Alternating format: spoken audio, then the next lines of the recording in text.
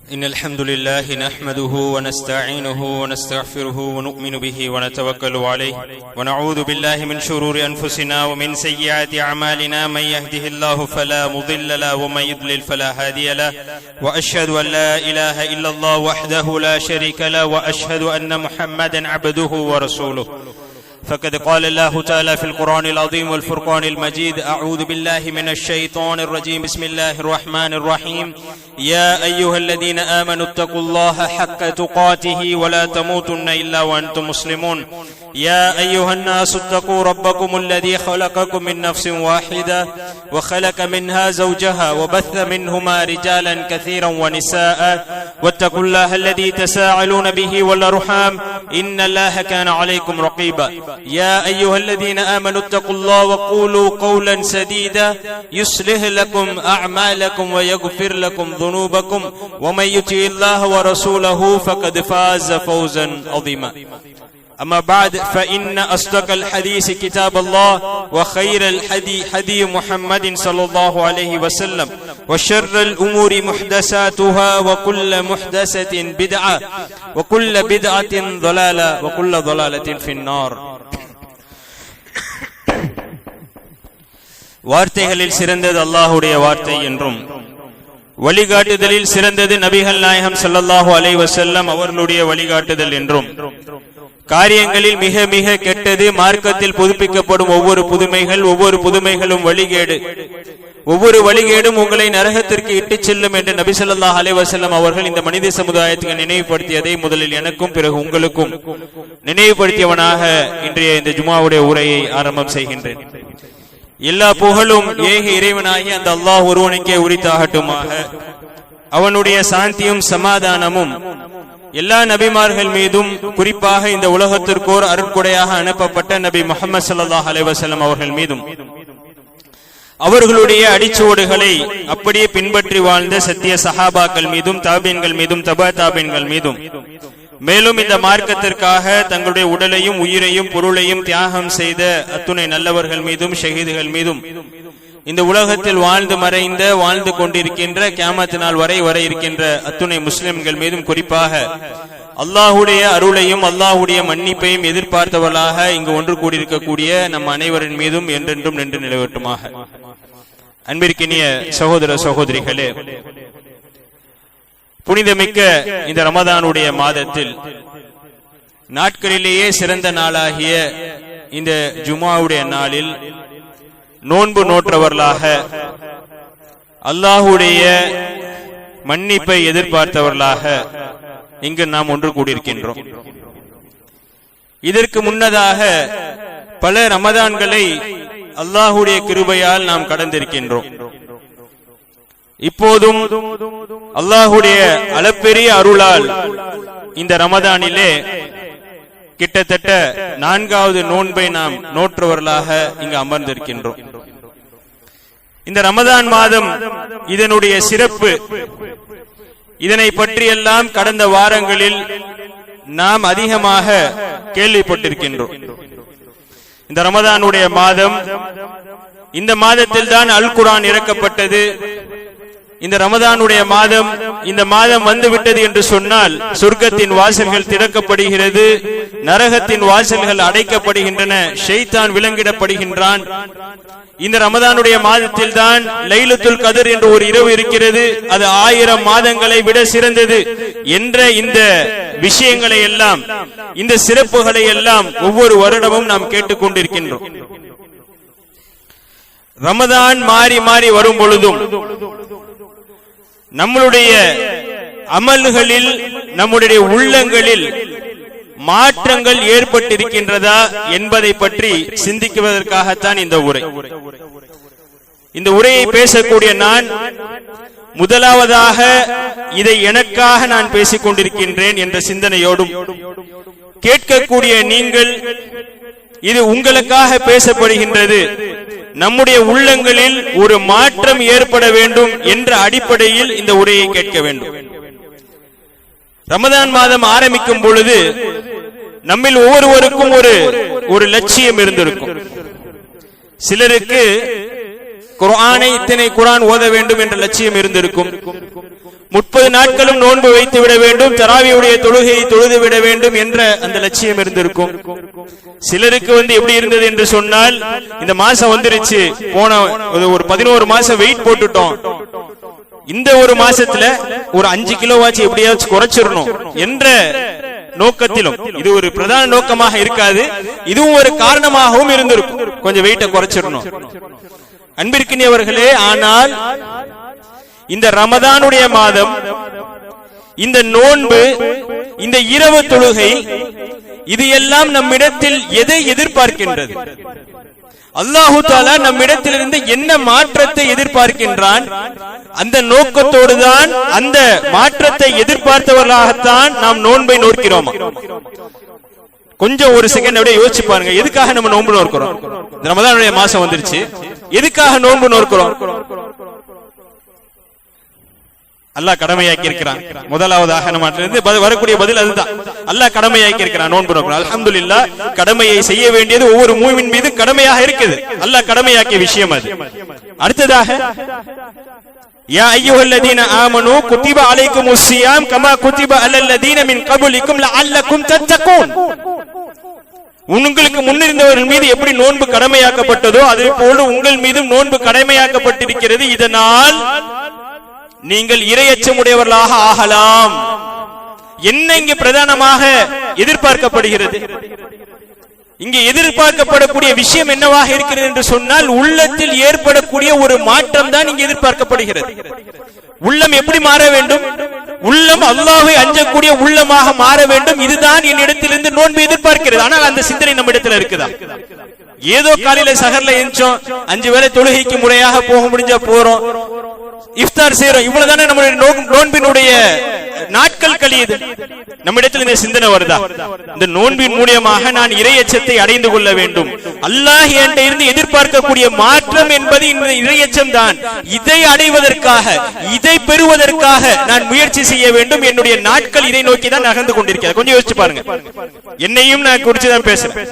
இந்த நோன்பில் இருந்து இந்த படிப்பினையை, இந்த நோக்கத்தை அடைந்து கொள்வது நம்முடைய நோக்கமாக இருக்கிறதா?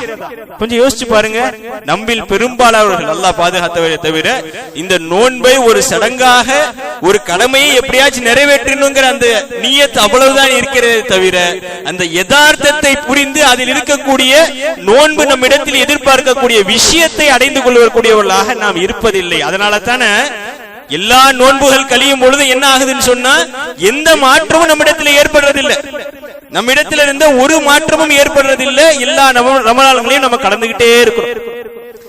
மன் ஸாம ரமதான் ஈமானன் வஹ்திஸாபன் குஃபிர லஹு மா தகத்தம மின் தம். மன் காம ரமதான் ஈமானன் வஹ்திஸாபன் குஃபிர லஹு மா தகத்தம மின். யார் ரமதானுடைய மாதத்தில் ஈமானோடும் நன்மையை எதிர்பார்த்தும் நோன்பு நோக்கிறார்களோ, இன்னொரு ஹதீஸ் எப்படி இருக்கு? யார் ரமதானுடைய மாதத்தில் ஈமானோடும் நன்மையை எதிர்பார்த்தும் இரவு வணக்கங்களை செய்கிறார்களோ அவர்களுடைய முன் சென்ற பாவங்கள் மன்னிக்கப்படும். எப்படிப்பட்ட ஒரு வாய்ப்பை அல்லாஹ் தஆலா தந்திருக்கிறான். ஆனா நமக்கு இந்த சிந்தனை இருக்குதா? கொஞ்சம் யோசிச்சு பாருங்க. நம்ம நோன்பு நோக்குறது என்னுடைய பாவங்கள் மன்னிக்கப்பட வேண்டும். நம்ம இரவு நேரத்துல எஞ்சி நின்று தொழுகிறோமே, அல்லது தராவியுடைய தொழுகையில தொழுகிறோமே, இது எதற்காக நான் தொழுறேன்னு சொன்னா என்னுடைய பாவங்கள் மன்னிக்கப்பட வேண்டும். இந்த சிந்தனை நம்மகிட்ட இருக்குதா? அன்பிற்கினியவர்களே, இது நம்மை நாம் பரிசோதித்து பார்த்து நம்மை மாற்றக்கூடிய ஒரு விஷயமாக நம்ம ஆக்கிக்கணும். ஏன்னா ரமதானுடைய ஆரம்ப பகுதியில் நம்ம இருக்கிறோம், கடைசி பகுதியிலும் ரமதான் நம்ம விட்டு போகுது. நம்ம எப்படி நம்மகிட்ட மாற்றம் இருக்குது? எந்த மாற்றமும் இல்லை. எப்படி இந்த வருட ரமதானும் நம்மை விட்டு கடந்து போயிடக்கூடாது. அமல்களில் ஆர்வம் ஏற்பட்டிருக்கிறார். இரவு நேர தொழுகை எடுத்துக்கோங்க. முதல் நாள் 220 டீ நம்ம ஆர்டர் பண்ணிருந்தோம். இப்ப அப்படியே குறைஞ்சு 150 டீ. இன்னும் வரலாறு எப்படி சொல்லுதுன்னு சொன்னா, இன்னும் ஒரு வாரம் போயிடுச்சுன்னு சொன்னா அது 50 அல்லது 80 டீல நின்னுரும். என்ன காரணம்? மக்களுக்கு ஆர்வம் இல்லை, நமக்கு அதுல ஆர்வம் இல்ல. இரவு தொழுகை தானே, 2 நாள் போயிட்டோம்ல, 3 நாள் போயிட்டோம்ல, ஏதோ நாம இரவு தொழுகை தொழுது அல்லாஹ்விற்கு ஏதோ கிடைக்க போகின்றது என்பதை போலும். எப்படிங்க நம்ம இரவு தொழுகை தொழுத்தோம்னு சொன்னா பள்ளிவாசல் இருக்கக்கூடியவங்களுக்கு கூட்டம் நிறைஞ்சிருச்சு, அல்லாஹ்வுக்கு ஏதாவது கிடைக்க போதா? அல்லாஹ்விற்கு இதை கொண்டு ஏதாவது நன்மை இருக்கிறதா, நமக்கு நன்மை இருக்கிறது, எனக்கு நன்மை இருக்கிறது என்ற சிந்தனை இருக்கணும். இரவு நேர தொழுகையை நான் தொழுவது என்னுடைய பாவங்கள் மன்னிக்கப்பட வேண்டும் என்ற ஆர்வத்தோடு என்ற ஆசையோடு நான் இரவு நேர தொழுகையை தொழுதேன் என்று சொன்னால் என்னுடைய கால்கள் வலிக்காது. எப்படிங்க ஆயிருது? அந்த இமாம் எஞ்சி நின்றுவாங்க. எஞ்சி நின்று தொழுகைக்காக நின்ற பிறகும் நம்மள சில பேர் பின்னாடியே உட்கார்ந்துட்டே இருக்கிறோம். டயர்ட் ஆயிட்டோம் 2 ரக்காத்துல 4 ரக்காத்துல. அன்பிற்கினியவர்களே, இது டயர்டாகக்கூடிய மாதமா? குறிப்பாக சொல்ல போனால் இந்த மாதத்தில் நம்முடைய தூக்கங்களை குறைத்து அமல்களை அதிகப்படுத்தணும். ஆனா என்ன ஆயிடுச்சு? அப்படியே மாற்றமாக 11 மாசம் தூங்காத அளவிற்கு ரமதானுடைய மாசத்துல அதிகமாக தூங்கக்கூடியவர்களாக இருக்கும். நைட்டு நேரத்துக்கு காலையில ஃபஜ்ர் தொழுதுட்டு போறோம்னு சொன்னா தூங்கிடுவோம். அதுக்கப்புறம் மத்தியான நேரத்துல அசருடைய தொழுகை போனாலும் பரவாயில்ல தூங்கிடுவோம். நைட்டு நேரத்துல தூங்குறதும் கொஞ்சம் லேட் ஆகுதே தவிர அதிகமாக தூங்கக்கூடியவர்களாகத்தான் நாம் இந்த மாதத்தில் இருக்கின்றோம். ஆனால் இந்த மாதம் நம் இடத்தில் எதிர்பார்ப்பது அதிகமாக அமல்களை செய்ய வேண்டும். உள்ளத்தில் ஒரு மாற்றம் ஏற்படும் அந்த அமல்களின் மூலியமாக. நோன்பின் மூலியமாக என்னுடைய உடல் வருத்தப்படுகிறது. நான் பசித்திருக்கிறேன், தாகித்திருக்கிறேன் என்று சொன்னால் உடல் சோர்வாகிறது. இரவு நேரத்தை நின்று தொழுறேன்னு சொன்னால் கால்கள் வலிக்கும், இடுப்பு வலிக்கும், எல்லாம் வலிக்கும். ஆனால் இது என்னுடைய உடலிலே ஏற்படக்கூடிய மாற்றமாக இருக்கிறதே தவிர உள்ளத்துல என்ன மாற்றம் ஏற்படுகிறது? உள்ளத்துல என்ன மாற்றத்தை உணர்ந்திருக்கின்றோம்? என்னுடைய உள்ளம் என்னங்க மாற்றம் அடைஞ்சிருக்குது? நம்ம என்னைக்காச்சும் செஞ்சிருக்கோமா? காரணம் என்னன்னு சொன்னா, நம்மை நாமளே நாம் சிறப்பாக வாழ்ந்து கொண்டிருக்கின்றோம். நம்மள மாதிரி ஒரு முஸ்லிம் இல்ல அப்படிங்கிற சிந்தனை நமக்கு வந்துருச்சு. நம்முடைய பாவங்கள் நமக்கு பெரிதாக தெரியல. நம்ம இதுவரைக்கும் செஞ்சிருக்கோம்ல பாவம், அது நமக்கு பெருசா தெரியல. அதுதானே? அப்படி நம்முடைய பாவம் பெரிதாக தெரிந்திருந்தது என்று சொன்னால், நம்முடைய பாவங்களை நாம் அதிகமாக இடை போட்டு இருந்தோம் என்று சொன்னால், இந்த இரவு நேர தொழுகை எப்படி இருந்திருக்கும் என்று தெரியுமா? என்னடா சீக்கிரமாக தொழுகையை முடிச்சிட்டாங்களே, 1.5 மணி நேரம் தொழ வச்சாலும் எப்படி உள்ளம் கேட்கும்? அந்த இரவு நேர தொழுகையில் அதிகமாக நான் தொழ வேண்டுமே, என்னுடைய ரப்புக்கு சுஜூது செய்து என்னுடைய பாவங்களுக்கு மன்றாடி இந்த மாதத்தில் பாவம் மன்னிப்பு தேடக்கூடியவனாக, பாவ மன்னிப்பு பெற்றவனாக இந்த மாதத்தை நான் கழிய வேண்டுமே என்ற ஆர்வம் வரும். ஜிப்ரீல் அலைஹிஸ்ஸலாம் சொன்னாங்களா இல்லையா? யார் ரமதானுடைய மாதத்தை அடைந்து பாவ மன்னிப்பு பெறாமல் அந்த மாதம் அவனை விட்டு கழிகிறதோ அவன் நாசமடைந்து விட்டான். நபி ஸல்லல்லாஹு அலைஹி வஸல்லம் அவங்க ஆமீன்ன்றாங்க. சுப்ஹானல்லாஹ். ஆனா நம்மள்ட்ட இந்த பாவங்கள் மன்னிக்கப்பட வேண்டும், என்னுடைய பாவத்திற்கு நான் மன்னிப்பு தேட வேண்டும் என்ற ஆசை, ஆர்வம் எந்த அளவுக்கு இருக்கின்றது? ஆர்வம் குறையிறதுனாலதான், நம்முடைய பாவத்தை நாம் பெருசாக எடை போடாத காரணத்தினாலதான் அமல்கள்ல ஆர்வம் இல்ல, நோம்புல ஆர்வம் இல்ல, இரவு நேர தொழுகையில ஆர்வம் இல்ல.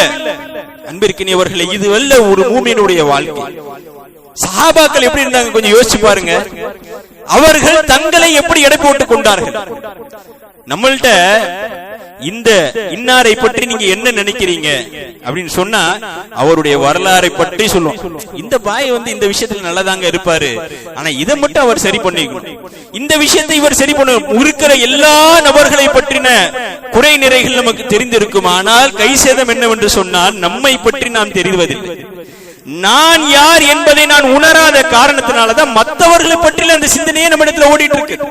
அவன் அப்படி இருக்கிறான், இவன் இப்படி இருக்கிறான், நான் நல்லா இருக்கேன், நான் நல்லா இருக்கேன். அன்பிற்கினியவர்களே, சஹாபாக்கள் அவர்களை பற்றி அல்லாஹ் தஆலா குர்ஆனிலே பல வசனங்களில் சிலாகித்து கூறுகின்றான். முஹாஜிர்களையும் அன்சாரிகளையும் அல்லாஹ் தஆலா அழைத்து சொல்றான், அந்த மக்களை அழைத்து கூறுகின்றான். ரலியல்லாஹு அன்ஹும் வரது அன், அல்லாஹ் அவர்களை திருப்தி கொண்டான். இந்த வார்த்தைக்கு மேல ஏதாவது வேணுமா? நாம் இந்த உலகத்தில் வாழ்வதே இந்த வார்த்தைக்காகத்தான். இந்த வார்த்தையை பெற்றுக் கொள்வதுதான் நம்முடைய பிரதான நோக்கம். அல்லாஹ் என்னை திருப்தி கொள்ள வேண்டும். அல்லாஹ் சொல்லிட்டு அந்த சஹாபாக்களை பார்த்து, அந்த முஹாஜிர்களை, அந்த அன்சாரிகளை நான் திருப்தி கொண்டேன், அவர்களும் என்னை திருப்தி கொண்டார்கள் என்று அந்த சஹாபாக்கள் இருக்கிறாங்கல்ல. இமாம் புகாரி ரஹ்மத்துல்லாஹி அலைஹி அவங்க கிதாபுல் ஈமான் என்ற அந்த பாடங்கள்ல பதிவு செய்றாங்க. இமாம் இப்னு அபி முலைகா ரஹ்மத்துல்லாஹி அலைஹி என்று சொல்லக்கூடிய ஒரு தாபி, மிகச்சிறந்த தாபி, அதிகமான ஹதீஸ்களை அறிவித்த ஒரு தாபியாக இருக்கிறாங்க. தாபியங்கள் யாரு? சஹாபாக்களை பார்த்த நல்ல மக்கள், நல்ல முன்னோர்கள். அந்த தாபியில ஒருத்தராக இருக்கக்கூடிய இப்னு அபி முலைகா சொல்றாங்க, நான் கிட்டத்தட்ட 30 சஹாபாக்களை பார்த்திருக்கிறேன், அவர்களிடத்துல பாடம் படித்திருக்கிறேன். யார் சொல்றாங்க? அந்த தாபீன்கள் சொல்றாங்க, நான் கிட்டத்தட்ட 30 சஹாபாக்களை பார்த்திருக்கிறேன், அவர்களிடத்துல நான் பாடம் படித்திருக்கிறேன். அந்த 30 சஹாபாக்களும் பயந்து கொண்டிருந்தார்கள், தாங்கள் நயவஞ்சகர்களாக இருப்போமோ என்று அந்த 30 சஹாபாக்களும் பயந்திருக்கிறார்கள். சுப்ஹானல்லாஹ், சுப்ஹானல்லாஹ்.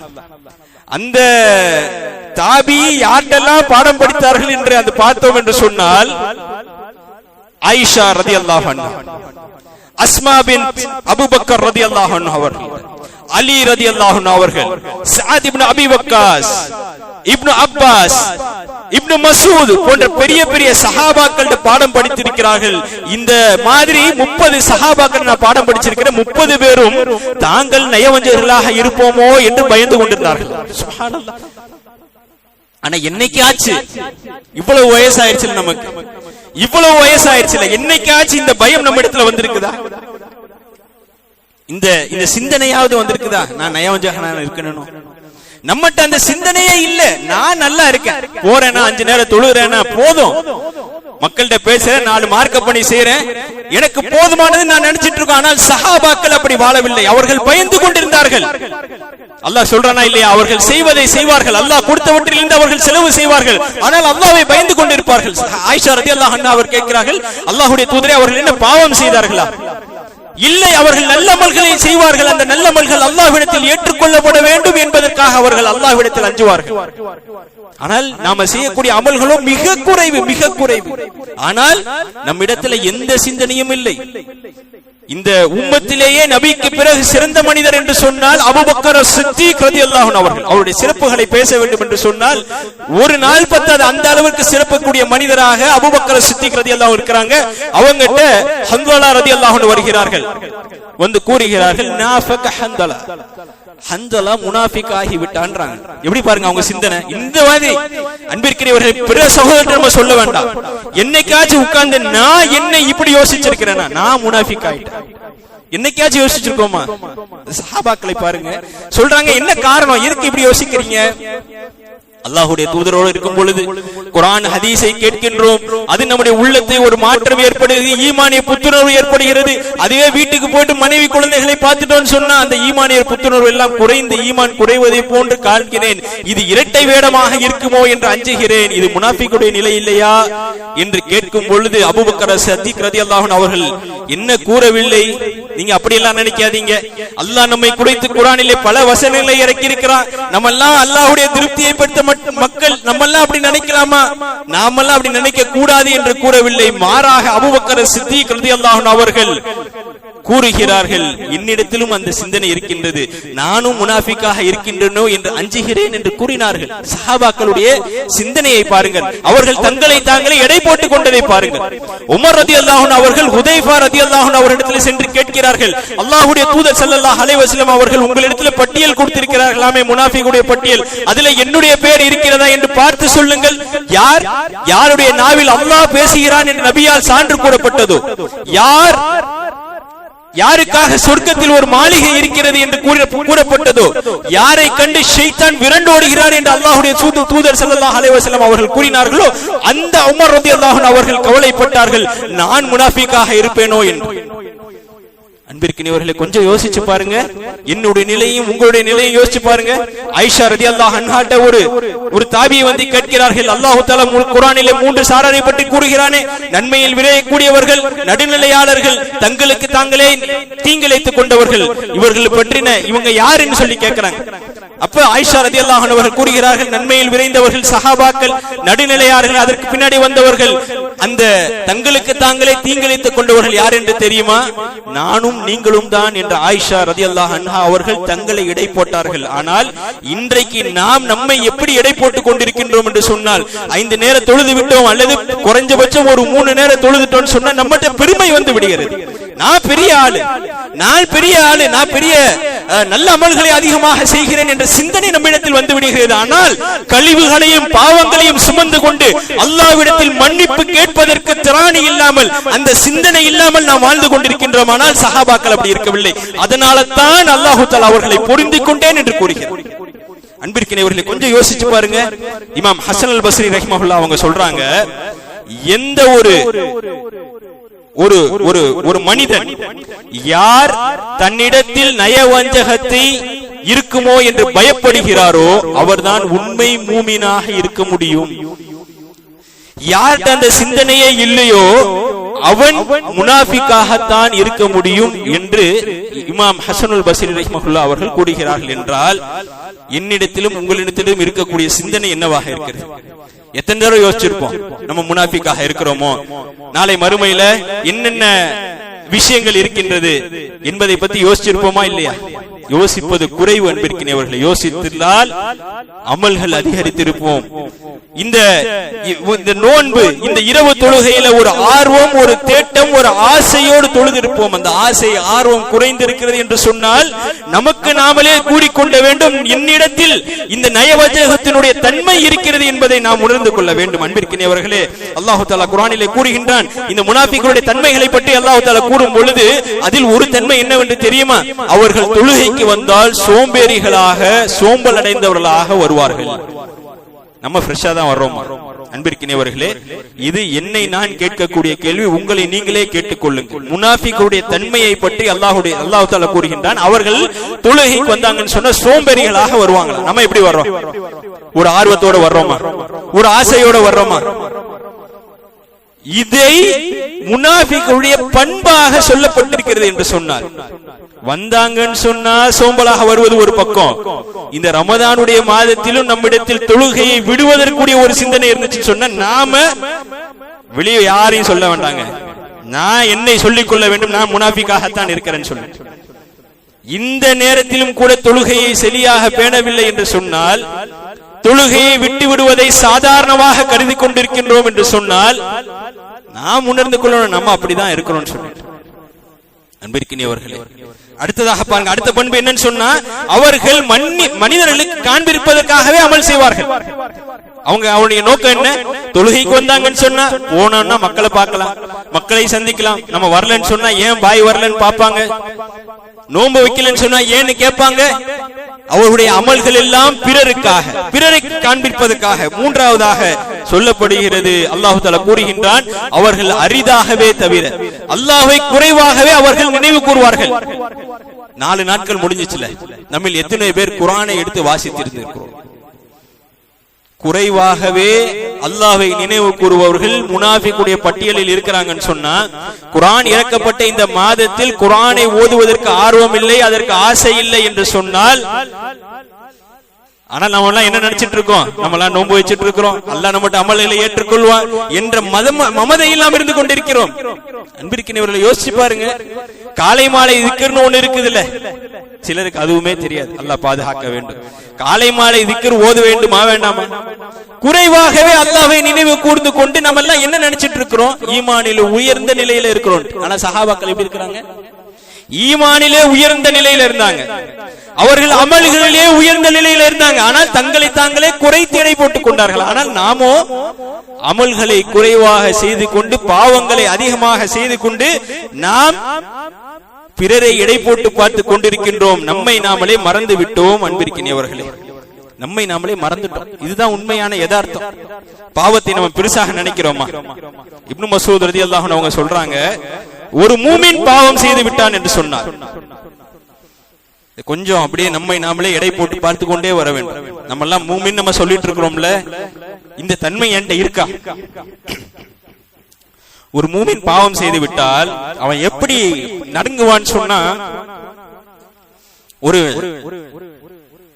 மலைக்கு கீழே இருக்கிறானா, மேல இருந்து ஒரு பாறை எந்த நேரம் வேண்டுமானாலும் அவன் மீது விழுந்து விடும் என்று பயந்தால் எப்படி அவனுடைய உள்ளம் நடுநடுங்கும், எப்படி பதறும் அவனுடைய உள்ளம், அப்படி பதறுமாம் ஒரு மூமினுடைய உள்ளம் அப்படி பதறிட்டு இருக்கும். ஆனால் முனாஃபிக் எப்படி தெரியல இருப்பான், தட்டி விட்டுட்டு போயிட்டே இருப்பான். இன்னைக்கு நம்முடைய நிலை எப்படிதானே? பதட்டம் வருகிறதா? பாவங்கள் செய்யாம இருக்கிறோமா? எத்துணை பாவங்களை, தொழுகையை விடுவதில் இருந்து அல்லாஹ் தடுத்த காரியங்களை தைரியமாக செய்யக்கூடிய எத்தனையோ பாவங்களை செய்து கொண்டு உள்ளத்திலே பயம் இல்லாமல், உள்ளத்திலே நடுக்கம் இல்லாமல் வாழ்ந்து கொண்டிருக்கின்றோம் என்று சொன்னால், அன்பிற்கினர்களே, மனதிலே பதிய வைத்துக் கொள்ள வேண்டும், முனாஃபிக்கள் நாளை மறுமையில் அந்த நரகத்தின் நடுத்தட்டில் அல்லது அடித்தட்டில் இருப்பார்கள். அவர்கள் அமல்களை குறைவாக செய்து கொண்டு அல்லாஹ்விடத்திலே நன்மையை பெற்று விடுவோம் என்ற ஆசை. ஒரு பெண்மணியை பற்றி அல்லாஹ்வுடைய தூதர் சொல்றாங்க. அவள் எப்படிப்பட்டவர் தெரியுமா? அன்பிற்கினவே, இதெல்லாம் நம்முடைய உள்ளத்தை உழுக்க வேண்டும், நம்முடைய உள்ளத்தில் மாற்றம் வந்து விட வேண்டும். அந்த பெண்மணி பற்றி சொல்லப்படுகிறது. அந்த பெண்மணி எப்படிப்பட்டவள் என்று தெரியுமா? அவள் இரவெல்லாம் தொழக்கூடியவர். பகல் வந்துச்சுன்னு சொன்னா அந்த பெண்மணி அதிகமாக நோன்பு நோக்கக்கூடியவர். பொதுவாக என்ன பார்வைங்க, மக்களுடைய வெளிப்பார்வை என்ன? இந்த பெண்மணி நஃபிலான வழக்கங்களையே இவ்வளவு அதிகமாக செஞ்சாங்கன்னு சொன்னா, அப்ப ஃபர்லுடைய விஷயங்கள்ல எவ்வளவு பேணுதலாக இருப்பாங்க. அந்த பெண்மணியை பற்றி சொல்லிக் கொண்டு வரும்பொழுது சஹாபாக்கள் இறுதியாக முடிக்கிறார்கள், ஆனால் இந்த பெண்மணி தன்னுடைய அண்டை வீட்டாருக்கு நோவினை செய்கிறாள் என்று சொல்றாங்க. அப்ப நபி ஸல்லல்லாஹு அலைஹி வஸல்லம் என்ன சொல்லல, அவதான் நிறைய நோன்பு வைக்கிறாள், அவதான் நிறைய நல்ல அமல்கள் செய்யறாள், அப்ப அந்த பாவம் செஞ்சு அல்லாஹ் தஆலா மன்னிச்சிருவான் சொல்லவில்லை என்று சொல்லவில்லை. நபி ஸல்லல்லாஹு அலைஹி வஸல்லம் என்ன சொன்னாங்க தெரியுமா? ஹிய ஃபின்னார், அவள் நரகத்திற்குரியவள். என்னங்க, அவட்ட தொழுகை இருக்குது, நோன்பு இருக்குது, ஆனால் அதனுடைய யதார்த்தத்தை புரிந்து கொள்ளவில்லை. மக்களுக்கு நோவினை செய்கிறாள், மக்களுக்கு கஷ்டத்தை கொடுக்கிறாள், மக்களுடைய மனங்களை நோகடிக்கும் விதமாக இவள் நடந்து கொண்டிருக்கிறாள். இவள் நரகத்திற்குரியவள். இன்றைக்கு எத்தனை பாவங்கள்! நாம தொழுகிறோம், நோன்பு வைக்கிறோம், தாடி வைத்துக் கொள்கிறோம் என்று நாம் நினைத்துக் கொண்டு பிற மக்களுடைய உள்ளங்களை எவ்வளவு காயப்படுத்துகிறோம். நாளை இவர்கள் எல்லாம் வந்து நிற்பார்கள். வெளி மக்களை விடுங்க, வெளி மக்களை விடுங்க. அல்லாஹ் தஆலா கூறுகின்றான், யௌம லா தம்லிகு நஃப்ஸுன் லிநஃப்ஸின் ஷைஆ, அந்த நாளில் எந்த ஒரு ஆத்மாவும் பிறிதொரு ஆத்மாவுக்கு உதவி செய்ய முடியாது. உதவி செய்வதை விடுங்க. யௌம யஃபிர்ருல் மர்உ மின் அஹி வ உம்மிஹி வ அபி வ ஸாஹிபதிஹி வ பனி. அந்த நாள் எப்படி இருக்கும் தெரியுமா? அந்த நாள் எப்படி இருக்கும் தெரியுமா? இந்த உலகத்துல யாருக்காகவே வாழ்ந்தானோ, யாருக்காகவே தன்னை அர்ப்பணித்துக் கொண்டானோ அந்த மக்கள் எல்லாம் வருவார்கள். தாயை பார்த்து விரண்டு ஓடக்கூடிய ஒரு நாள். எப்படி ஒரு சூழ்நிலை பாருங்க, இந்த உலகத்துல நடக்குமா? தாயை பார்த்து ஒரு பிள்ளை விரண்டு ஓடுமா? ஆனால் அந்த நாள்ல நடக்கும். எங்க நம்முடைய அமல்களை வாங்கிடுவாளோ இவள். தந்தையை விட்டு, தன்னுடைய மனைவியை விட்டு, தன்னுடைய பிள்ளைகளை விட்டு விரண்டோடக்கூடிய அந்த நாள். எல்லாரும் எப்படி வந்து நிற்பாங்க? நாளைக்கு எதிராக வந்து நிற்பார்கள். இவன் இப்படி பேசினா, என்னோடு அவன் வாழும் பொழுது என்னை இந்த தொல்லைகளை இவன் கொடுத்தான் என்று நமக்கு எதிராக சாட்சி கூடியவர்கள் யார் இருப்பார்கள்? நம்முடைய உறவினர்கள், நம்முடைய நெருங்கிய உறவினர்கள். வெளியிலிருந்து வர்றவங்க வருவாங்க. நபி ஸல்லல்லாஹு அலைஹி வஸல்லம் கேக்குறாங்க, ஆண்டியானவன் யார் என்று தெரியுமா? ஆண்டியானவன் யார் என்று தெரியுமா? அவன் நிறைய தொழுகையோடு வருவான். நாளை மறுமையில நிறைய அமல்களை செய்து கொண்டு வருவான். மலை அளவுக்கு கொண்டு வந்திருப்பான். ஒவ்வொருத்தரா வருவாங்களாம். இவன் என்னை இப்படி காயப்படுத்தினான், இவன் என்னை இப்படி காயப்படுத்தினான், என்னை பற்றி இப்படி புறம் பேசினான், என்னை பற்றி இப்படி அவதூறு சொன்னான். ஒவ்வொருத்தங்களா வந்துட்டு இவனுடைய நன்மைகள் எல்லாம் அவனுக்கு தாரை வார்த்து கூட்டுப்பட்டே இருக்கும். ஒரு கட்டத்துல நன்மையே இருக்காது, தீமை மட்டுமே அவனிடத்துல இருக்கும். அந்த வந்த மனிதர்கிட்ட கொடுக்கிறதுக்கு இவன்ட்ட நன்மையே இருக்காது. என்ன செய்வான்னு சொன்னா, அல்லாஹ் தஆலா அவன்கிட்ட இருக்கக்கூடிய தீமைகள் எல்லாத்தையும் எடுத்து இவனுக்கு கொடுத்துருவான். தீமைகளுடைய மலை போன்று இவன் ஆகிவிடுவான், நரகத்திற்கு சென்று விடுவான். இவன் தான் ஆண்டியானவன். யார் அவன்? தொழுதவன், அல்லாஹ்வை வணங்கியவன், ஆனால் படைப்புகளோடு எப்படி நடக்க வேண்டும் என்ற அந்த சிந்தனை இல்லாதவன். ஆனால் இவ்வளவு தீமைகளையும், இவ்வளவு புறம் பேசுவது, பொய் பேசுவது, மக்களை சிரமப்படுத்துவது என்று செய்து கொண்டு நாம் நினைத்துக் கொண்டிருக்கின்றோம் நாம் சொர்க்கத்திற்கு போகக்கூடியவர்கள் என்று. நாம் நினைத்துக் கொண்டிருக்கிறோம் நாம் தான் சரியாக இருக்கின்றோம் என்று. அன்பிற்கினவர்களே, சஹாபாக்கள் அப்படி இருக்கவில்லை. அவர்கள் தங்களை சீர்தூக்கி பார்த்தார்கள். தங்களை பற்றின சிந்தனையே அவர்களிடத்தில் இருந்ததே தவிர பிறரை இறப்படக்கூடியவர்களாக அவர்கள் இருக்கவில்லை. உள்ளம் பரிசுத்தம் அடைய வேண்டும். அன்பிற்கினவர்களே, உள்ளம் பரிசுத்தம் அடைய வேண்டும். இந்த உள்ளம் பரிசுத்தம் அடைய வேண்டும் என்று சொன்னால் முதலிலே நாம் செய்ய வேண்டியது என்னன்னு சொன்னா, அல்லாஹ் தஆலா குர்ஆனிலே கூறுகின்றான், யா அய்யுஹல்லதீன ஆமனு தக்குல்லாஹ வல் தன்துரு நஃப்ஸும் மா கத்தமத் லிகத். நாளை மறுமைக்காக ஈமான் கொண்ட மக்களே, நாளை மறுமைக்காக எதனை தயார்படுத்தி வைத்திருக்கிறீர்கள் என்பதை நினைத்து அல்லாஹ்வை அஞ்சிக் கொள்ளுங்கள். என்னத்தை தயார் பண்ணி வச்சிருக்கிறோம்? எதை முற்படுத்தி வைத்திருக்கின்றோம்? அபூபக்கர் சித்திக் ரலியல்லாஹு அன்ஹு அவரிடத்துல தான தர்மத்தை பற்றி பேசும் பொழுது அவர்கள் தங்களுடைய வீட்டில் இருக்க எல்லாத்தையும் கொண்டு வந்தாங்க. அல்லாஹ்வுடைய தூதரை தவிர வேற யாருமே இல்லை. உமர் ரலியல்லாஹு அன்ஹு அவர் சொத்துல பாதி கொண்டு வந்தாங்க. உஸ்மான் ரலியல்லாஹு அன்ஹு கோடி கோடியாக வந்து கொட்டினார்கள். சஹாபாக்கள் போர்க்களத்தில் தங்களுடைய உயிரை தியாகம் செய்தார்கள். தங்களுடைய உறுப்புகளை தியாகம் செய்த சஹாபாக்கள் இருக்கிறார்கள். நாம் என்ன செய்து விட்டோம்? மறுமைக்காக எதனை முற்படுத்தி வைத்திருக்கின்றோம்? மறுமைக்காக எதனை முற்படுத்தி வைத்திருக்கின்றோம்? எதுவுமே இல்லை அன்பிற்கினியவர்களே. பாவங்களை முற்படுத்தி வைத்துக் கொண்டிருக்கின்றோம். ரமதானுடைய மாதத்தை அடைந்திருக்கின்றோம் அன்பிற்கினியவர்களே. இந்த மாதம் பாவங்களை போக்கக்கூடிய ஒரு மாதமாக இருக்கு, பாவங்களை அழித்து விடக்கூடிய ஒரு மாதமாக இருக்கு. நாம தான் மாறணும், நாம தான் அல்லாஹ்விடத்தில் கேட்கணும், யா அல்லாஹ் இன்னென்ன பாவங்களை செய்து விட்டேன், இனிமேல் இதன் பக்கம் நெருங்க மாட்டேன் என்று அல்லாஹ்விடத்தில் மன்றாடி பாவ மன்னிப்பு கேட்கக்கூடியவர்களாக நாம் இருக்க வேண்டும். அன்பிற்கிலே கொஞ்சம் யோசிச்சு பாருங்க, நாம எந்த நிலையில இருக்கிறோம். இந்த நேரத்தில் மவுத் வந்துருச்சுன்னு சொன்னா என்ன, தலைப்புகளை அழகாக வைத்து விடலாம். என்ன, போன இந்த வாரம் கூட நடந்ததுல ஒரு தலைப்பு, இதுவே எமது இறுதி ரமதானாக இருக்கலாம். தலைப்பு நல்லா இருந்துச்சு, மாஷா அல்லாஹ். ஆனால் அதை நாம் உணர்ந்து கொண்டோமா? இதுவே என்னுடைய கடைசி ரமதானாக இருக்குமோ அப்படிங்கிற பயம் வந்ததா? நமக்கு பயம் வந்திருக்கிறதா? யோசிச்சு பாருங்க. எங்க நம்மளை விட அதிகமாக நல்ல அமல்களை செய்த மக்களை அல்லாஹ் தஆலா அழைத்துக் கொண்டான். இந்த ரமதான்ல அவங்க இல்ல. வயசு இருக்குதா? 40 வயசுல இறந்தவங்களுடைய பட்டியல் நம்முடைய சம்பந்தபுரத்துல எடுத்து பாருங்க. நம்முடைய சம்பந்தபுரத்துல 40 வயசுல இறந்தவங்க எத்தனை பேர் இருக்கிறாங்க? ஆனால் இந்த மரணத்தை பற்றின அந்த பயம், அந்த அச்சம் நம்மிடத்துல இல்ல. அன்பிற்கினியவர்களே கொஞ்சம் யோசிச்சு பாருங்க, என்ன அமல்களை செய்திருக்கிறோம். உயிர் கைப்பற்றப்படும் பொழுது வானவர்கள் வருவார்கள். அவர்கள் எப்படி சொல்லி நம்மளை அழைக்க போறாங்க? யா ரூஹல் தய்யிபா என்று அழைப்பார்களா? யா ரூஹல் ஹபீஸா, நாற்றமடைந்த ஆத்மாவே என்று அழைக்க போகிறோமா? யார் என்ன நிலையில நான் இருக்கிறேன், என்னை எப்படிப்பட்ட வானவர் வந்து அழைப்பார்? வானத்தில் கொண்டு போகும் பொழுது இந்த அழகான நறுமணமுடையவர் யார் என்று கேட்கப்பட வேண்டுமா? இந்த துர்நாற்றம் வீசக்கூடியவர் யார் என்று கேட்கப்பட வேண்டுமா? வானத்தில் வாசல்கள் அடைக்கப்பட்டு பூமியில் எரியப்படுவாரே, அந்த நஷ்டம் அடைந்தவனின் நான் ஒருவனாக இருக்கின்றேனா? அன்பிற்கினியவர்களே, எந்த சிந்தனை இல்லையே. கபர்ல வைக்கப்படும் பொழுது அந்த கேள்விகள் கேட்கப்படும் பொழுது என்ன பதிலை தயாரித்து வைத்திருக்கின்றோம்? ஒவ்வொருவரும் மரணத்தை அடைய போகின்றோம். என்னைக்கு மரணம் அடைவோம் என்பதை நாம் அறிய மாட்டோம். அன்பிற்கினியவர்களே, அல்லாஹு தஆலா நமக்கு வாய்ப்புகளை தந்து கொண்டிருக்கின்றான். கபர்ல வச்சுட்டாங்கன்னா ஒளிமயமாக கபரில் சிலருக்கு இருக்கும். புது மாப்பிளை போல் சிலர் உறங்குவார்கள்.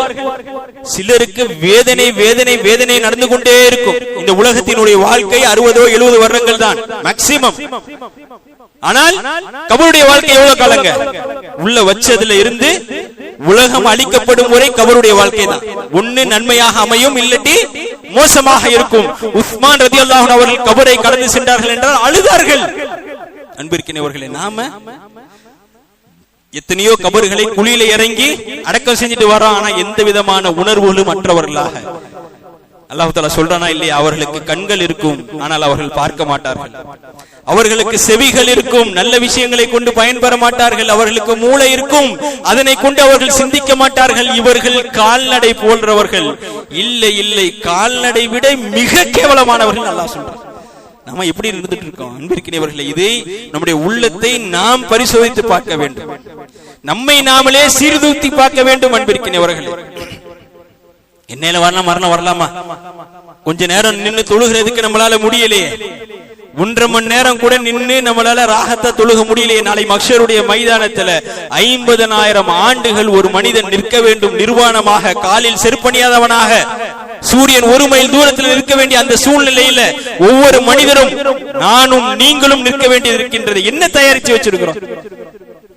அந்த நாள்ல அர்ஷினுடைய நிழல் 7 சாராருக்கு கிடைக்கும். அந்த 7 சாரார் யார்? அன்பிற்கினியவர்களை யோசிச்சு பாருங்க. நாளைக்கு அல்லாஹ் தஆலா மறுமையில் அந்த விசாரணைக்காக நிறுத்தப்படும் பொழுது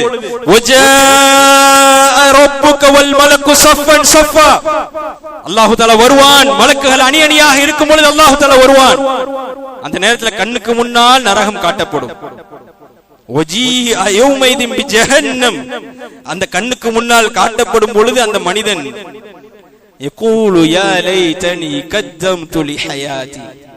உலகத்தில் வாழும் பொழுது நான் நன்மையை செய்திருக்க வேண்டுமே என்று அந்த நேரத்தில் கதரும் பொழுது அல்லாஹ் தஆலா வேதனை கடுமையாக்கி விடுவான். அந்த நேரத்தில் உதயமாகும் அழக்கூடிய அந்த அறிவை கொண்டு எந்த பிரயோஜனமும் இல்லை. அல்லாஹ் தஆலா நாளை மறுமையில நிப்பாட்ட வச்சு வாய்க்கு சீல் அடிச்சு விடுவான். வாய் அந்த நேரத்தில் பேசாது. என்னுடைய கண் பேசும். இந்த பாவி இருக்கிறானே, இந்த கண்ணை கொண்டு இந்தந்த விஷயங்களை பார்த்தான், இந்தந்த பெண்ணை பார்த்தான், இந்தந்த ஆணை பார்த்தான் என்று என்னுடைய கண்கள் நாளை பேசக்கூடிய அந்த நாள். என்னுடைய செவிகள் பேசும், என்னுடைய செவிகள் பேசும். இந்தந்த விஷயங்களை கேட்கக்கூடாத விஷயங்களை எல்லாம் இவன் கேட்டுக் கொண்டிருந்தானே என்று என்னுடைய செவிகள் பேசக்கூடிய அந்த நாள். என்னுடைய கைகள் பேசும், நீ எதை தடுத்தாயோ அதை தொட்ட இந்த கை என்று கைகள் பேசக்கூடிய அந்த நாள். ஆனால் அன்பிற்கினியவர்களே, எந்த பயமும் இல்லாமல், எந்த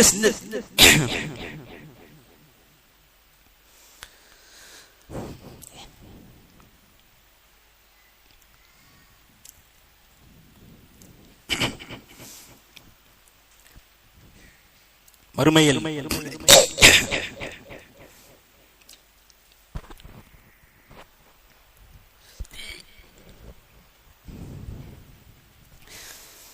அன்பிற்கினியவர்களே, நரகம் மிக மோசமானது, நரகம் மிக கடுமையானது.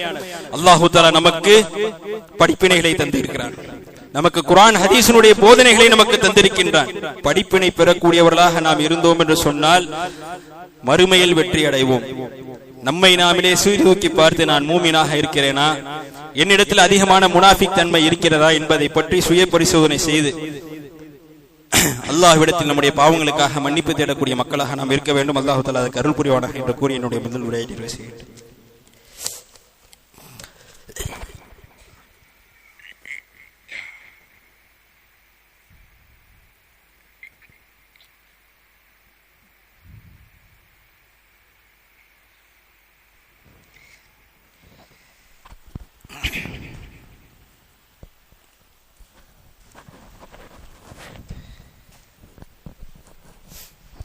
அல்ஹம்துலில்லாஹ் வஸ்ஸலாத்து வஸ்ஸலாம் அலா ரசூலில்லாஹ் வ அலா ஆலிஹி வ அஸ்ஹாபிஹி அஜ்மஈன்.